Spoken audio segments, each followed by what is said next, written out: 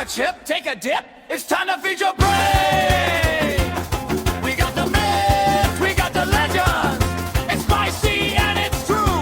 It's Guess So You Didn't Know.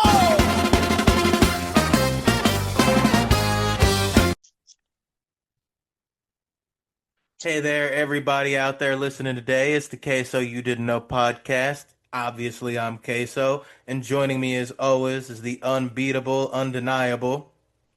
Toberto Simpson. Tonight is my bingo night, ladies and gentlemen. Amen. Bingo night. And it might be death bingo because there's going to be a lot of it involved in this. Today, we're going to end our beautiful Revolutions and Rebels series on a wild card that I bet none of you saw coming. We're talking about the bloodiest civil war in human history. I don't mean the American Civil War. I don't mean the Spanish Civil War. If you want to compare numbers, at most 1 million people died in our Civil War. This one is the kind of war that killed an estimated 20 to 30 plus million people. That's the population of Australia wiped out off the map. It happened in China in the mid 19th century at the exact same time as the American Civil War, but on a scale that made Gettysburg look like a bar fight. It's called the Taiping Rebellion. This wasn't just a political rebellion, it was a religious holy war. It was led by a man named Hong Ziquan, a school teacher who had a nervous breakdown and woke up convinced, absolutely convinced, that he was, you'll love this, Talberto, the younger brother of Jesus Christ.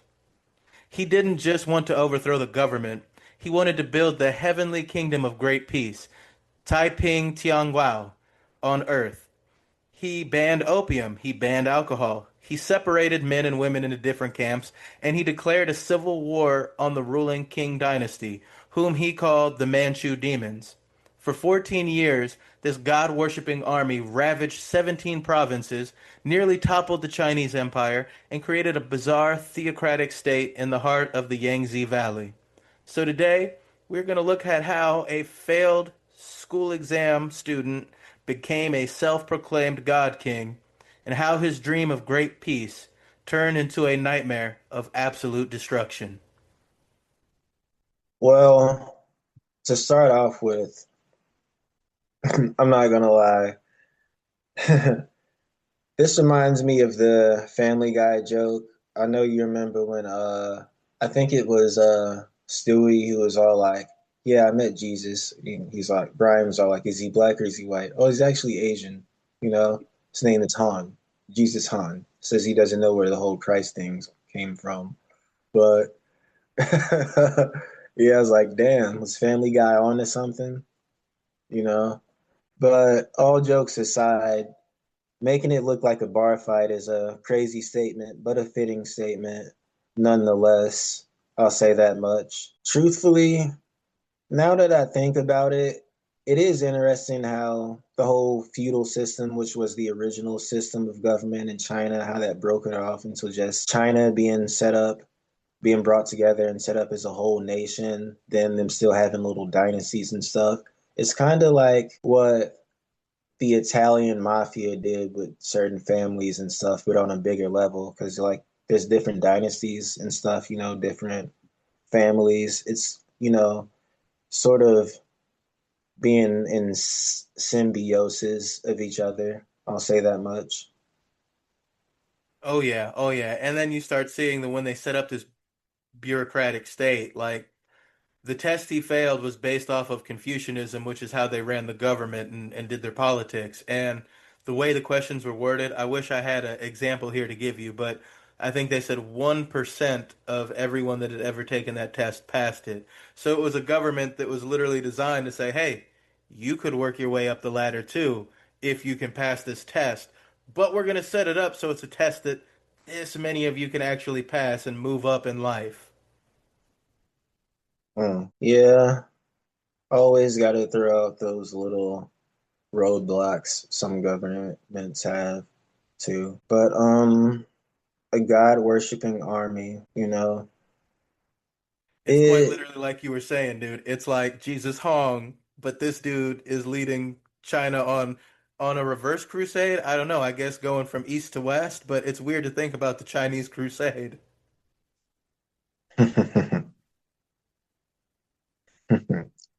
Yeah, it's interesting that something like this came from a nervous breakdown, you know, just makes you think about how late humans have gotten to just the concerns of mental health. Without a doubt, there's so many people I think that if you had actually looked at their mental health and helped them, they'd either still be alive or other people would still be alive because you got to them in time. Same with this war, man. You could have saved maybe 30 million people. You know, some of the estimates go up to 70 million people that died in this war. Like, it was bloodier than the entire First World War, and it could have been, completely avoided if someone was like, "Hey, maybe you need to come here and talk about this shit." Hmm. And before we dive off, well, first of all, I'm sure it's unprecedented, but do you think it's ever replicated, just the whole Chinese Christian theocracy experiment, I'll call it? I don't think it's ever been done again on this level. I think what's fascinating is when you look at like Japan and the little monasteries they have for Christianity there and the little villages that are Christian, it's happened on a micro level, I guess, but not a macro level. The only place that it's really happening big now, weirdly enough, is like India and Indonesia and places like that. Christianity is rapidly growing there where it's dying everywhere else. Ain't that a bitch? Like, damn, there's a Islamic and just overall Eastern religion expansion out west that's been happening for a minute, and there's a Christian expansion out east. It makes you think, man. It makes you think. Like, you thought the church would be dead, but they always find a way to survive, man. I hate to say it, and please don't take this the wrong way, listeners, but Catholics are like cockroaches. You know what I mean? Like they're gonna be the last thing to leave the earth, type shit. But They've outlived how many civilizations and empires so far. and just imagine that, like centuries or maybe even in our lifetime, but especially centuries from now, I'm sure, like Indians and Indonesians, and I'm sure even lots of Chinese probably is gonna reach out there eventually.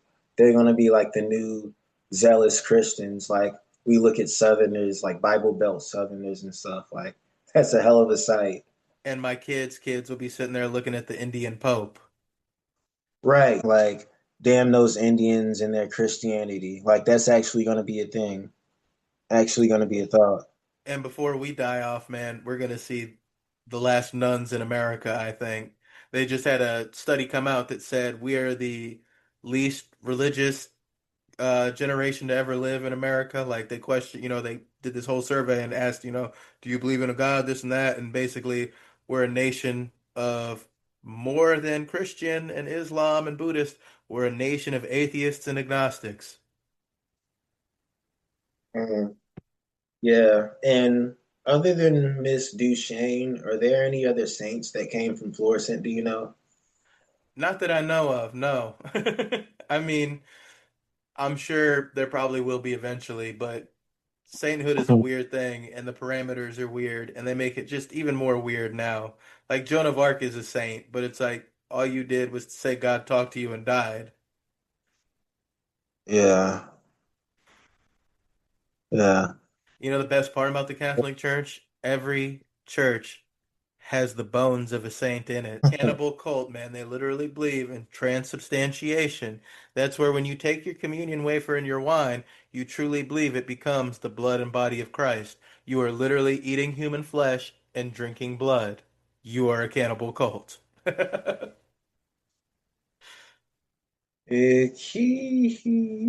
Yep. Well, you know, I guess you can't always make it to do the politically correct thing,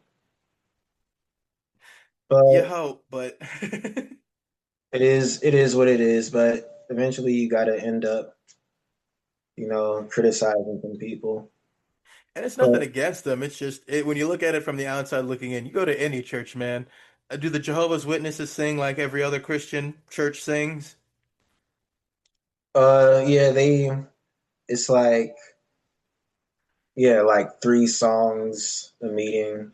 Does it Yeah. ever seem weird as an outsider looking in that it's a bunch of people singing about a carpenter that lived 2,000 years ago? Like I said, I'm not hating it. All religious shit, if you look at it from a certain standpoint, is weird. It's because it's meant to be weird. Yeah. It can't be any other way. And I think that high strangeness plays into this story and bleeds into it so bad because once you believe anything is possible, then everything is on the table. Damn right. And let's get into the meat and potatoes of that table. I s- All right, ladies and gentlemen, I think you're going to be really excited for the meat and potatoes that we got going on in this little dish today. To understand the war, you have to understand the man, Huang Zequan. Born in 1814 in Guangdong Province, he was a Hakka. Now, the Hakka are a distinct linguistic group in China. Often treated as outsiders or guest people, they were tough, hardworking, and slightly marginalized. Hong was the village prodigy. His family pinned all their hopes on him passing the civil service exams. In Imperial China, these exams were the only path to power. If you passed, you became a bureaucrat, a mandarin. You brought honor and wealth to your village. If you failed, you were a nobody. Hong failed 4 times. Yes, he failed 4 times. After the third failure, in 1837, he snapped. He went into a delirium for 40 days. He was ranting, sweating, fighting invisible demons. His family thought he was dying. In his fever dream, he ascended to heaven. He met a venerable old man with a golden beard, God the Father. The old man complained that humans were worshiping demons, idols. He met a middle-aged man, Jesus, who gave him a sword and told him to slay the evil spirits. When Hong woke up, he was changed. He was taller, stricter, and terrifyingly charismatic. Years later, he would read a Christian pamphlet called Good Words for Exhorting the Age by a missionary named Liang Fei. Suddenly the pieces clicked. The old man in his dream was Jehovah, the middle-aged man was Jesus, and he, Zequan, was the second son, the younger brother. And he realized his destiny wasn't to pass an exam, it was to destroy the King dynasty and establish God's kingdom on earth. So you're telling me that this was through a dream. So coincidentally, as lots of people in ancient times had callings that came upon them that they were something special or sent to do something special in the dream. Exactly. Like we mentioned Joan of Arc earlier, it was very much so a Joan of Arc case that God comes and talks to people in their dreams all the time, apparently. And it's so funny that I don't know what he dreamed about, but once he got the blueprints to put it in a framework, he really did.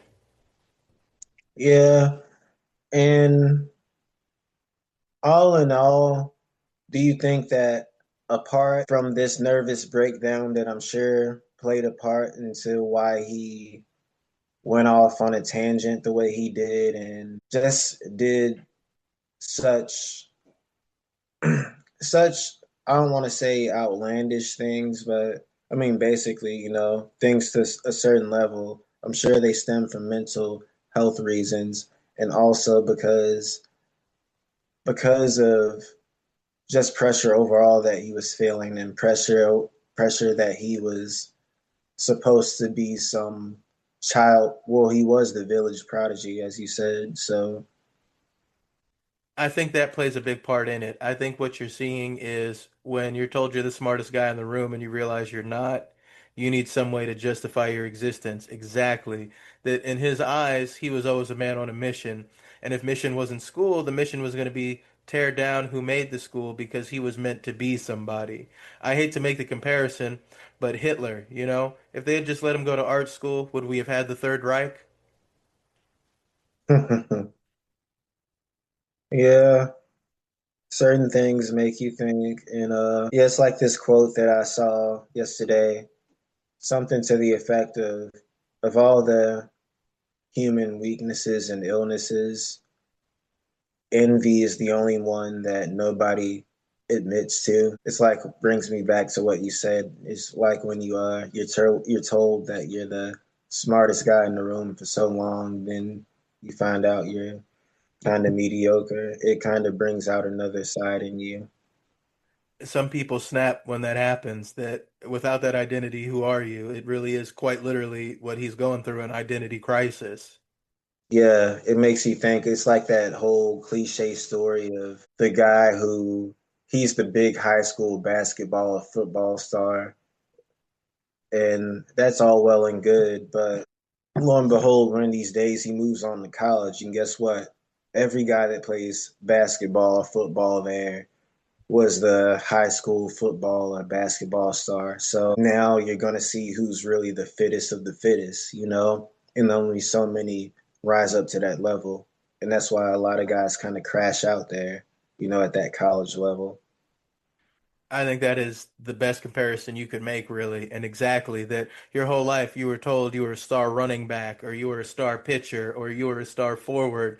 When somebody takes that out of your life, then what are you when that's been your identity since you could walk? Yeah, and it's it's kind of crazy that some people will think it's crazy to have their kid invested into some degree or not in college and just have them interested in it and thinking about it and planning on it to a certain degree. But at the same time, at those ages or younger, they'll have them thinking that it's a serious chance that they'll go to the major league of any type of sport, and they'll have them training towards that ever so seriously. You know, so why not something that's a little bit more realistic if they want to go the college route, or if they want to do something that's maybe collegiate education isn't really that necessary, you know. They wanted to, even if they wanted to do the trades, something. I think that would make a huge difference with a lot of those people that wind up in that boat. And if someone had been there to tell our boy Hong, it might have made a difference too, because Hong finds his new identity in preaching. He's not preaching standard Christianity, he's preaching a fiery, Old Testament, idol smashing syncretism. He loses his job as a teacher because he smashes the Confucian tablet in the schoolroom. It's like burning the flag in the middle of a VFW hall. He and his friend Fang Yunshan, they flee to the mountains of Gongzi, specifically Thistle Mountain. This is a lawless, wild area filled with bandits, pirates, and charcoal burners. Which it sounds like that really trickles down, doesn't it? We're bandits, pirates, and charcoal burners. Hank Hill would have a field day, man.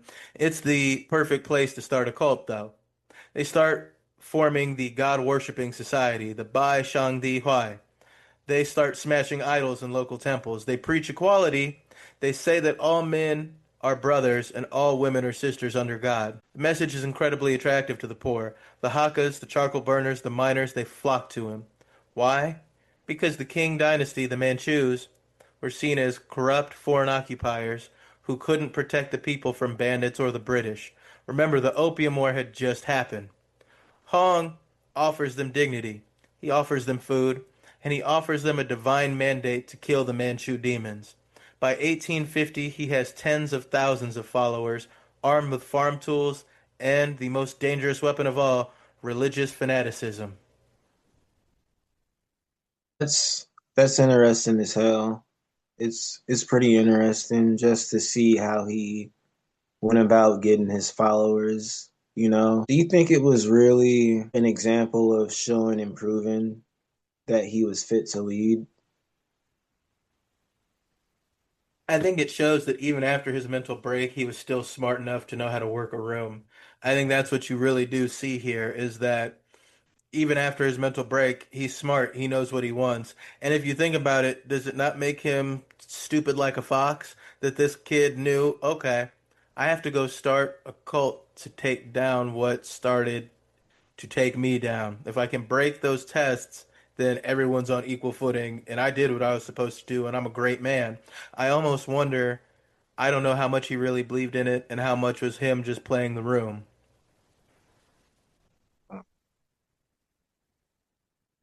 Yeah, I suppose so. The God worshiping society, I suppose. And interesting that I remember earlier on you bringing up the name Jehovah. It's just always interesting to see that name. I mean, aside from the fact that I have a history with the Jehovah's Witnesses, just overall seeing that name be referenced towards God. Well, and But that's who was leading these missionaries. They were a lot of Jehovah's Witnesses, and there were other sects too, like especially in Japan and China during this time, and later on, you start seeing like more and more of these specific examples of, okay, this is when you guys started going global. kind of like how our guy last week was like the on some Adam Sandler stuff, like he was a guy who you wanted to win even if he's losing. This guy is like he's the a voice for those who feel like they're losing. Very much so. And as the story goes on, man, you start seeing though he is this like he's your run-of-the-mill cult leader that uses Christianity to start a cult, and he starts doing screwed up shit as a cult leader, you know. He tells people they can't have sex, but he's having sex with all the women. He's telling them they can't drink, but he's drinking. He Yeah. takes Christianity and manipulates it for whatever agenda he has and mistranslates it grossly, which you'll see is going to be a really funny way to wrap this up. But ultimately, he's someone that does give a voice to these voiceless people, but at the same time, once you really start learning about him, you kind of almost root against him because you're like, man, yeah, you're helping the people, but you're helping the people while you benefit the most. Yeah, and that kind of brings I don't even know if you can call it a theory, but the thought into question and into process of it's probably not even a mental breakdown as much as it's uh probably what he's trying to make appear as some type of grand mental convulsion that led him to seeing he's the person that needs to lead. You know, it's just a bunch of fake stuff he convoluted, basically. 1000% on that. You really will see that because it is a hodgepodge collection of different Christian ideologies, and they all work for him. That he was definitely, it feels like one of those stories where, you know, Joan of Arc said she heard God and she kind of rode off into battle and didn't get anything out of it. This guy says he hears God because he wants to get something out of it. He wants to be the coolest, smartest guy in the room, and he wants to overthrow the people that said he wasn't smart. And I think you're really dead accurate there that it is all just trickery, really. It sounds inspiring when someone says God talked to them versus, well, someone made me feel stupid, so I gotta hurt them. Yeah, and I really am just overall interested in finding out more about this. I'll call him the Asian, what's his name, John Smith, whoever founded Mormonism. Yep, yep, you got it. That's exactly a great comparison. You'll see it play out here. And as we progress, I want you thinking, because I do it at one point in time, not necessarily now, but as you see the way it progresses, I want to ask you if you ever thought Christianity was an evil force used in the East and how it makes you feel about how Christianity's been used for evil once you hear this guy's story. Mm. Okay, right on, right on. So January 11th, 1851, in the Jintian Uprising, it's the official start. Hong declares the founding of the Taiping Tianguo, the heavenly kingdom of great peace. He cuts his queue. You know the queue, the long ponytail that all Chinese men were forced to wear by the Manchus. Cutting it was an act of treason, punishable by death. Literally, a haircut could kill you. And I'll give this guy his due. He snipped it right off. They grow their hair long and wild, the Taipings do. They become known as the long-haired rebels. They start moving north. It's a fighting march. They sweep through the Yangtze River like a plague of locusts. But here is what made them terrifying. They didn't act like a normal army. They burned Buddhist and Taoist temples. They confiscated all private property into a quote unquote sacred treasury. And most radically, they separated families men in the male camp, women in the female camp. Even married couples couldn't live together. Sex was punishable by death.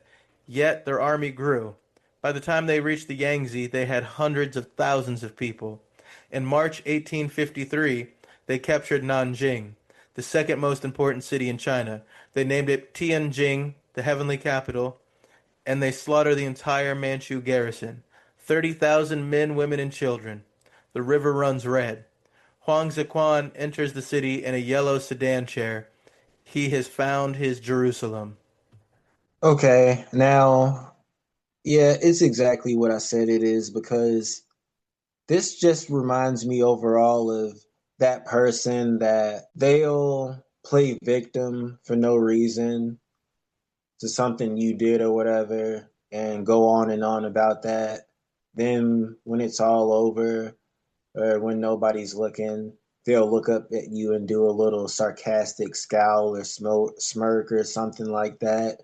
And it reminds me of that because, yeah, people are, he's saying that he's doing it out of that he had some type of heavenly calling upon himself, or it can be excused that he was possibly going under some type of psychiatric disorder.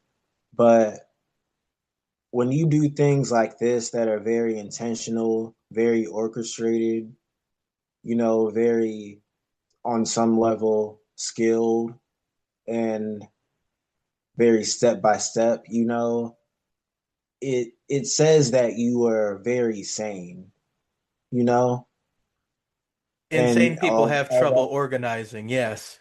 yeah, and all this shit is that could be used as, like I said, an excuse for a psychiatric disorder. It's just bullshit, if anybody would ever want to use that as an excuse. And you come from a place where, what, like you said, with the feudal system, what kept it alive everywhere for so long was the belief that they were God's mandate to rule. And I think in a way he knows how to use it and subvert it because by saying I'm the son of God, you're literally basically declaring yourself an emperor without saying it in the terms that people speak at the time. I mean, truthfully, because at the end of the day, what's really going to be above something like that? Not the greatest royalty, especially in times like that where religion is your fucking everything. Exactly, that you can't separate religion from the state. You have Confucianism tests to become a bureaucrat. 100% undeniably, you are right on that. Uh-huh. And just overall, how day to day life in Jerusalem, in that case, I guess, his Jerusalem, it went like what? Well, that day-to-day life looked very interesting because now they have their capital. On paper, it was a radical proto-communist utopia. They had land reform where all land was owned by the state and distributed based on family size. Gender equality was a big thing too. This was huge. The Taipings banned foot binding. Women could fight in the army. They were female generals that went to war with the Taiping rebels. It was really beautiful in its own way because women could take the civil service exams as well. They also had a form of social welfare. They promised a society where no one was cold and no one was hungry. But the reality was a bizarre theocratic dystopia. While the common soldiers were forbidden from having sex or drinking alcohol, the leaders, the king, surprise, surprise, lived in absolute luxury. Huang Zequan withdrew into his palace. He had a massive harem, dozens of concubines. He justified this by saying he was a king like Solomon. He spent his days rewriting the Bible to make it fit his theology. He actually took a red brush and edited the New Testament. Meanwhile, the East King, Yang Zequang, was the actual operational commander, and Yang was, in a word, unstable. He claimed that the Holy Spirit would possess him. He would fall into a trance and speak in the voice of God the Father and give orders to Hong, Jesus' brother. Imagine the power dynamic. Hong is the heavenly king, but Yang is the voice of God. Yang would use these trances to humiliate Hong, forcing him to kneel or threatening to whip him. The tension in the capital was building. Oh, I'm sure it was. I'm sure it was definitely building. And The potential excuses, I'll say, are starting to expose themselves, and the truth is definitely exposing itself, you know. I mean, first of all, surprise, surprise, this is showing he's as sane as ever, you know, wants to have all the nasty, dirty, filthy sex that I mean, well, I don't want to go there again. I was gonna say that okay, for the sake of no confusion, I was gonna say do you think that the bathing practices were a little different in Asia than Europe? Because I was gonna say he wanted to have all the nasty, dirty, funky sex for himself, but I was about to say well maybe the sex there was a little bit more hygienic. You would hope so, because let me tell you, I know we talked about it before. Hey man, people are gonna love this. It's a continuation. We got inside jokes with these motherfuckers now. I am just as curious if they bathe every day or not. I will find out real quick. Did they bathe daily in China 1850s? It was not universal, but maintaining personal cleanliness was highly valued. While daily comprehensive baths were rare for commoners due to the labor involved in heating water and lack of indoor plumbing, daily sponge baths or cleansing was a very common practice. So it may have been a little less dirty than Louis XIV. Okay, yeah, that might be good enough. That might be good enough, you know. Yeah, it was a kind of common, they'll say. But our guy is just really showing, I guess he's just tapping into an untapped into market, you know, as far as Christianity in the East. That's his idea. He knows what to tell him to get him to listen. He knows how to blend Eastern philosophy because he studied it so long to pass this Confucianism test. He knows how to meld it with Christianity, so he comes out with something that is on top. Because, and I'm going to let you know now, Mr. Talberto, we do have a show in the future about Jesus, but it's framing him more as a Middle Eastern communist revolutionary than a god, because that's truly what he was. And this shows it here. What does Jesus talk about? The year of Jubilee, when all debts are forgiven and land is handed back out to the landless. What's he doing? His own version of Jubilee so that he can go behind the scenes and be a nut job. When you give the people what they want to a certain degree, it kind of gives guys like this a leeway to be able to say, well, yeah, you can't fucking I can, but I'm God and I'm doing good things for you, so deal with it. And that's gonna be a hell of a show. I'm not gonna lie. I'm interested in diving into that, just seeing how you frame them. Oh, you're gonna enjoy it. I will give you this little teaser. The best comparison I could come up with was John the Baptist is to Jesus what Elijah Muhammad was to Malcolm X. Hmm. Interesting. Oh, that actually, yeah, I can get that. I can kind of see that. Yeah. And it'll be a good one to get into, just as this one, like we said, the weird dynamics here because you're combining so many different things that really don't go together. The outcome is insane. By 1856, this pressure cooker explodes. This is the Tianjin incident. It is the turning point of this war. The East King Yang is getting too powerful. He demands to be called 10,000 years, a title reserved for the emperor or Hong himself. Hong Ziquan gets paranoid. He sends a secret order to the North King, Wei Changhui, and the assistant king, Shai the Kai. The order basically says deal with Yang. Why Chenghui doesn't just arrest Yang, he goes full Game of fucking Thrones. He storms Yang's palace and slaughters Yang, his family, and 6,000 of his followers. But Wei doesn't stop. He goes on a rampage. Shai the Kai, the most competent general, arrives and says, dude, you went too far. So Wei tries to kill Shai the Kai too. Shai escapes, but Wei kills Shai's entire family. Finally, Hong realizes he's unleashed a monster. He has Wei Qinghuai executed. But when the dust settles, tens of thousands of the Taiping's best soldiers and leaders are dead.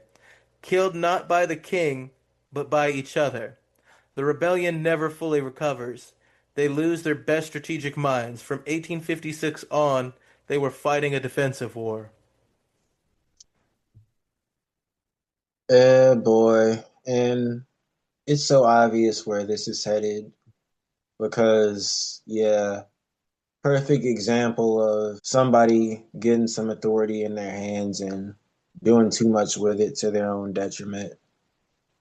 You see it time and time again, and yeah, you see the writing on the wall. One usually doesn't fight a defensive war if they're winning. It's you have to you have to think things through. People who people who go overboard never really win in the end when it comes And what down you're to. seeing happening here, another comparison you can make is the Nazi regime. The reason, even if Hitler had just stayed in Europe, didn't go to Russia, when he died, it would all fall apart the same way, is because you're putting a bunch of really incompetent, really sociopathic people and narcissistic people in a place of power, and there's no collaboration. It's all a game. It's all how do I get ahead of you. So when there's no collaboration and you're all just trying to basically turn into crabs in a bucket. Hmm. Yeah, for a fact, for a fact. No collaboration, like you said. I mean, I know they have different kingships, so to speak, but obviously this guy doesn't see it that way. If he thinks that the other kings and thousands of their followers, like I didn't even touch on the 6,000 people. I don't know if you heard, but I was like, damn, like this dude is like wiping out 6,000 people and like that's not even in battle. That's just you be on some slaughter shit. Like you have 6,000 to your name, all and more than that, but just all in one sitting. And as you Like said, motherfuckers that can't fight back. You're killing women and children on top of all the men. Like, like it's it's like if Michael Myers, all of the Scream ghost faces, and Freddy Krueger didn't don't have shit on me combined was a person, you know? Like this dude is out of his mind. that is the best way to put it, dude. And they were all kind of out of their minds, man. I mean, this was his attack dog essentially. He basically said, "Go out there and slaughter these motherfuckers for me." Like low key, they all were on that same Freddy Krueger mindset under the guise of Christianity, which you gotta love. Hmm. Like these guys were they were monsters and monsters of a sort. I'll say that much. They really were. And you start seeing some really crazy things pop up because these monsters kind of gain a weird little following. See, the King Dynasty, by all accounts, it should have fallen. But they were saved by the grace of two things: the Hunan army. The regular king military, the Green Standard Army, was useless. So local Confucian scholar named Zhang Guofan raised a private regional army in Hunan. They weren't mercenaries, they were local farmers bonded by a clan loyalty and Confucian values. They hated the Taipings for destroying the temples and the family structure. Zhang Guofan was methodical. He builds forts, surrounded cities. He slowly strangles the rebellion. And then number two was the foreigners. The British and the French were initially curious about the Taipings. They said, "Hey, these guys are Christian. Christians rule." They say that they realized that Christianity, though, eventually it was heretical to say the least. Plus, the Taipings were bad for trade. So the Western powers decided to back the king. Enter Frederick Townsend Ward, an American mercenary, and later Charles Chinese Gordon, a British officer. They led the ever victorious army, a modern force trained in Western tactics, armed with rifles and artillery. So you have this three-way squeeze: the relentless Hunan army on land, the Western gunboats on the river, and the internal rot of the Taiping leadership. Ain't that just so naive?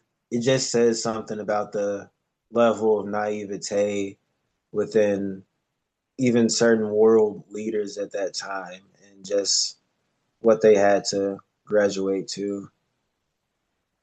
It really does say a lot. It really does. And it's something that is just so wild that I mean that it all happened the way it did and that they had the people backing them that they had backing them and wild ride. For sure, for sure. And it does But make you think about the tactics and stuff involved that you guys literally should have been able to overthrow these guys, but because you had to fight like schoolgirls, all these things were able to amass against you. yeah, man. And overall, like like you said, nobody can be surprised at what eventually happened with them. But imagine the looks on their faces when they were like, yeah, this is nothing like our Christianity. Right, because you hear Christian and you're thinking, okay, we can work with these guys. We have common ground. This is cool. And then you see it and you're like, oh, this is like the Chinese, I think it's Joseph Smith. Hmm. Right, right. And all in all, where does it lead to from this? From this, oh, it gets real because you have all these forces stacked up. So by 1864, while we're fighting our civil war in America, the noose is tightening around Nanjing. The city is starving. The people are eating grass, leather, and reportedly human flesh. Zheng Guofan's army has the city surrounded. The generals beg Huang Zequan, we have to leave. We have to break out. Huang refuses. He has gone completely insane. He says God will provide. He orders the people to eat sweet dew, basically weeds and wild berries, which he calls manna. He misinterpreted the Bible and took manna to mean wild grass and sweet berries. Keep this in mind because Hong eats the manna himself. He gets sick, probably food poisoning, and dies in June 1864.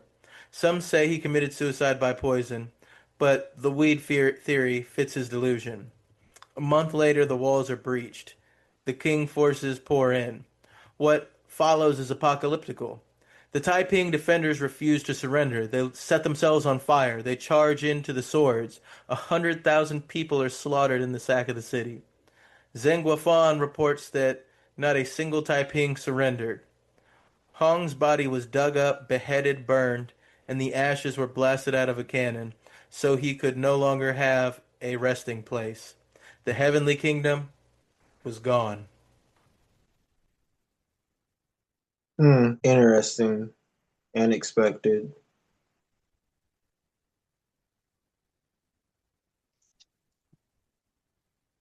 So what do you think about all that, sir? What do you take what is your takeaway here? How do you feel that Christianity was misinterpreted and used as a way of committing all of these atrocities in some place like China? I never knew it happened until I stumbled upon this story, and I thought we have to do this because I guarantee no one else knows this happened either. It just overall shows, well, first of all, funny as hell with the whole mana thing. I'll say that much. And it just shows that bullshit is bullshit no matter where it goes, truthfully. Ultimately, that's one of the big things you can take from it. That pendulum of justice that swings in the universe, even if it takes a long time, it swings where it's supposed to be. Hmm. And just overall, them desecrating their body or his body like they did. I mean, it's you just wish that. I mean, the only way to do more was to be to kill people that he's associated with. But I guess that was a enough for them. They didn't want to go the route he did, I guess. But who knows? Maybe some of those people weren't so good themselves. But overall, I think they let him know what they felt about him at the very least. Without a doubt. And I think all of his associates probably were killed by this point. It's just sad that it had to be 100,000 people that were just looking for an even break, not even trying to get more than what they had. They were just looking to get what they needed. And all that being said, I'm sorry, ladies and gentlemen. Let me put on the old glasses here and hit you with that Springer. The Taiping Rebellion is often forgotten in the West, but it broke the back of Imperial China. The Qing dynasty survived, but it was a zombie dynasty, walking dead. They had relied on regional warlords like Zheng Guofan to save them, and those warlords never really gave the power back. But there is a direct line from Huang Ziquan to the future of China. Decades later, a young revolutionary named Sun Yat-sen, the father of modern China, grew up hearing stories of the Taipings. He admired their anti-Manchu spirit. And later, the Chinese communists would look at the Taipings with their land reform and communal properties as a proto-communist uprising. Remember, Huang Zequan was a madman, a failed scholar, and a false prophet, but he showed the Chinese peasantry when pushed to the brink they could shake the world. It cost 20 million lives. This has been the Queso You Didn't Know podcast. I'm Queso, and Mr. Talberto, any closing thoughts or anything you'd like to say before we sign off? Um, a random but very true thought when taking in information like this is just overall to cherish life, thinking about all of the lives that got lost all in one sitting, like you said, all in all 20 million, but just in one sitting at one time, 6,000. Just it makes you think about how many people die unjustly and just in a flash more than you will ever think, and how rare and precious life is. So I'll say that much. All I can say from there as I glance at my beautiful face is just value life. Yeah, like I said, believe the cheese, world's most dangerous podcast. And pretty soon, hopefully, we'll bring in what I look at as the second half or the antithesis of what this show's main course is about. I think we'll get those out pretty soon, but dig into life the same way I'm going to dig into my nachos. Peace, people. And everybody, next week we launch into our Asian arc. We're going to be talking ninjas, geishas, and everything in between. Have a beautiful rest of your week, and we'll see you next time on Queso You Didn't Know.